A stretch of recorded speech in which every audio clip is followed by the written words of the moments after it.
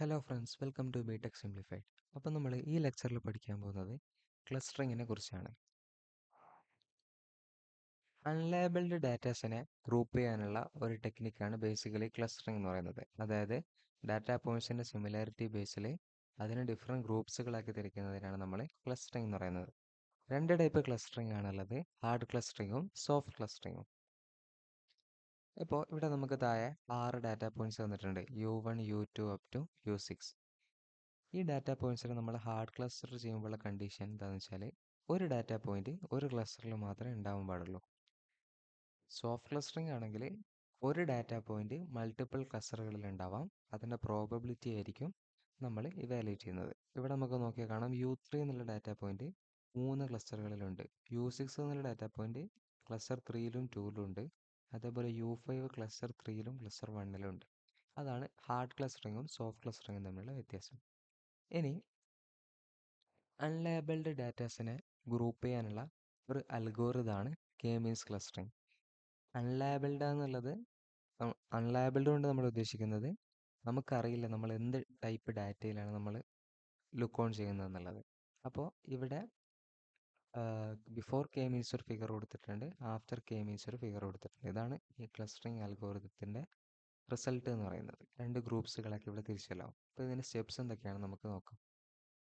ഇവിടെ ഒരു scatter plot തന്നിട്ടുണ്ട്. അതായത് എക്സ് ആക്സിസിൽ ഇൻകവും വൈ ആക്സിസിൽ എക്സ്പെൻസും. അത് നമ്മളൊരു എക്സാമ്പിളായിട്ട് എടുത്താണ്. എന്നിട്ട് X5 പോയിന്റ്സ് വെച്ചിട്ട് ഓരോ പോയിന്റ്സും പ്ലോട്ട് ചെയ്തിട്ടുണ്ട്. അതിനെയാണ് നമ്മൾ ഈ സ്കാറ്റർ പ്ലോട്ട് എന്ന് പറയുന്നത്.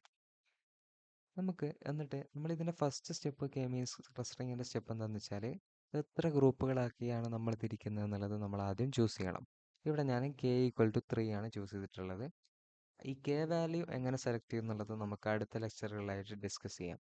അപ്പോൾ ഇവിടെ നമ്മൾ K=3, അതായത് 3 ഗ്രൂപ്പുകളായിട്ടാണ് നമ്മൾ തിരിക്കുന്നത്. അതിനുശേഷം നമ്മൾ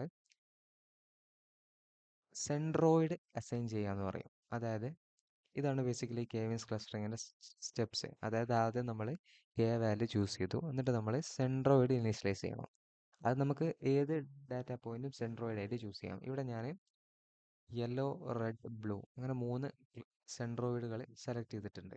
അപ്പോൾ ഇനി ഈ സെൻട്രോയിഡിനെ റെഫറൻസായി വെച്ചിട്ടായിരിക്കും നമ്മൾ ക്ലസ്റ്ററുകൾ ഫോം ചെയ്യുന്നത്. അപ്പോൾ ഈ റെഡ് സെൻട്രോയിഡിൽ നിന്ന് ഓരോ ഡാറ്റ പോയിന്റിന് ഡിസ്റ്റൻസ് നമ്മൾ യുക്ലിഡിയൻ ഡിസ്റ്റൻസ് വെച്ചിട്ട് കാൽക്കുലേറ്റ് ചെയ്യും. അതായത് D=√(x2 - x1) + y2 - y1). ആ ഫോർമുല വെച്ചിട്ട് ഇവിടെ X5 പോയിന്റ്സ് ഒക്കെ ഇവിടെ കൊടുത്തിട്ടുണ്ട്. ഈ റെഡ് ട്രയാങ്കിളിൽ മാർക്ക് ചെയ്ത പോയിന്റ് ഏതാണ്? This is basically 4, 3.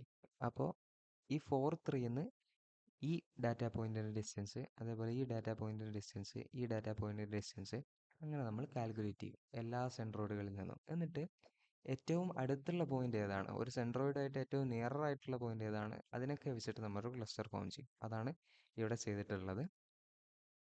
D=√(x2 - x1) + y2 - y1). That is basically the Euclidean distance. ആ യുക്ലിഡിയൻ ഡിസ്റ്റൻസ് വെച്ചിട്ട് നമ്മളിവിടെ 3 ക്ലസ്റ്ററുകളാക്കി തിരിച്ചിട്ടുണ്ട്. ഇതാണ് ഇപ്പം നമ്മൾ ഈ സൈക്കിളിൽ നമ്മൾ എവിടെ എത്തി? സെൻട്രോയിഡ് ഇനീഷ്യലൈസ് ചെയ്തു, പോയിന്റ്സ് അസൈൻ ചെയ്തു. ഇത്രയാണ് നമ്മൾ ചെയ്തിട്ടുള്ളത്. ഇനി സെൻട്രോയിഡ് നമ്മൾ റീകാൽക്കുലേറ്റ് ചെയ്യണം. ഇവിടെ നമ്മൾ 3 ക്ലസ്റ്ററുകളൊക്കെയാണല്ലോ തിരിച്ചിട്ടുള്ളത്. ഇനി നമ്മൾ പുതിയ സെൻട്രോയിഡ് ഡിഫൈൻ ചെയ്യണം. How do you define the new centroid? That is by just taking the average of X and Y values in the respective cluster. അപ്പോൾ ഈ ക്ലസ്റ്ററിൽ നമുക്ക് 4 പോയിന്റ്സ് ആണുള്ളത്. അപ്പോൾ ഈ പോയിന്റ് ഏതാണ്? 2,7. ഈ പോയിന്റ് ഏതാണ്? 4,3. അതേപോലെ ഈ പോയിന്റ് ഏതാണ്? 5,3. അതേപോലെ ഈ പോയിന്റ് 1,9. അപ്പോൾ ഈ ഡാറ്റ പോയിന്റ് എക്സ് വാല്യൂസിൻ്റെ ആവറേജ് എടുക്കുക, അതായത് x1 + x2 + x3 + x4 dividing by 4. അതേപോലെ തന്നെ വൈ വാല്യൂസിൻ്റെ ആവറേജ് എടുക്കുക. അപ്പോൾ ആ കിട്ടുന്ന പോയിന്റ് ആയിരിക്കും നമ്മളെ പുതിയ സെൻട്രോയിഡ് എന്ന് പറയുന്നത്. അതേപോലെ ഈ ഡാറ്റ പോയിന്റിൻ്റെ ആവറേജ് എടുക്കുക, പുതിയ സെൻട്രോയിഡ് കാൽക്കുലേറ്റ് ചെയ്യാൻ വേണ്ടിയിട്ട് ഈ ക്ലസ്റ്ററിൻ്റെ എടുക്കുക. ഓക്കെ, നമ്മളിവിടെ ചെയ്തിട്ടുണ്ട്. അതായത് റെഡ് ഡാറ്റ ക്ലസ്റ്ററുകളിലുള്ള പോയിന്റ്സ് ആണിത്, ബ്ലൂവിലുള്ള പോയിന്റ്സ് ആണിത്, അതേപോലെ യെല്ലോയിലുള്ള പോയിന്റ്സ് ആണിത്. അപ്പോൾ ഇതിൻ്റെ ആവറേജ് എത്രയാണ് വരിക എന്നുള്ളത് താഴെ കൊടുത്തിട്ടുണ്ട്. റെഡിന് എന്താണ്? 3,5,5, ബ്ലൂവിൻ്റെ 7,5,3, യെല്ലോയുടേത് 13,9,5. എന്നിട്ട് നമ്മൾ ഈ പുതിയ സെൻട്രോയിഡ് ഉണ്ടല്ലോ, നമ്മൾ റെഡ് ഡാറ്റ ക്ലസ്റ്ററിൻ്റെ പുതിയ സെൻട്രോയിഡ് എന്താണ് 3,5.5. അതാണ് ഇവിടെ ഈ ട്രയാങ്കിൾ മാർക്ക് ചെയ്തിട്ടുള്ളത്. This is 3,5.5. എന്നിട്ട് നമ്മൾ ഈ സ്റ്റെപ്സ് വീണ്ടും റിപ്പീറ്റ് ചെയ്യും. ഈ പുതിയ സെൻട്രോയിഡും ഈ ഡാറ്റ പോയിന്റ് തമ്മിലുള്ള ഡിസ്റ്റൻസ് നമ്മൾ മിനിമൈസ് ചെയ്യും. അങ്ങനെ വീണ്ടും പുതിയ ക്ലസ്റ്റർ ഫോം ചെയ്യും.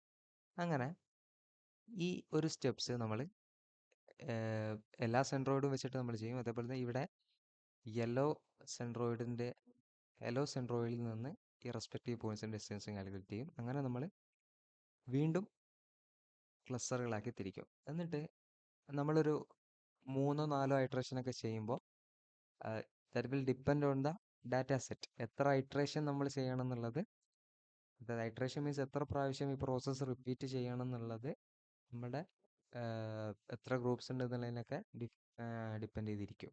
അപ്പോൾ ഇവിടെ നമ്മൾ പിന്നെയും എന്ത് ചെയ്തിട്ടുണ്ട്, 3 ഗ്രൂപ്പുകൾ തിരിച്ചിട്ടുണ്ട്. അങ്ങനെ അടുത്തൊരു ഐട്രേഷൻ കൂടി കഴിയുമ്പോൾ എന്താവും, it will reach a point when the വാല്യൂസിനെ വെച്ചിട്ട് നമുക്ക് എന്ത് ചെയ്യാൻ പറ്റില്ല, പിന്നെ ഫർദർ ക്ലസ്റ്റർ ചെയ്യാൻ പറ്റില്ല. അപ്പോൾ നമ്മൾ എന്ത് പറയും, the data set has been clustered with K means clustering. അപ്പോൾ ഇതാണ് കെ മീൻസ് ക്ലസ്റ്ററിങ്ങിൻ്റെ സ്റ്റെപ്സും അതേപോലെ തന്നെ അതിൻ്റെ ഐഡിയാസും നമ്മൾ ഡിസ്കസ് ചെയ്തു. ഓക്കെ, അപ്പോൾ ഇത്രയാണ് നിങ്ങൾക്ക് കെ മീൻസ് ക്ലസ്റ്ററിങ് മനസ്സിലാക്കാനുള്ളത്. അപ്പോൾ ഇതിൻ്റെ പ്രോബ്ലംസ് ഒക്കെ നമുക്ക് നെക്സ്റ്റ് ലെക്ചറിൽ ഡിസ്കസ് ചെയ്യാം. Thank you.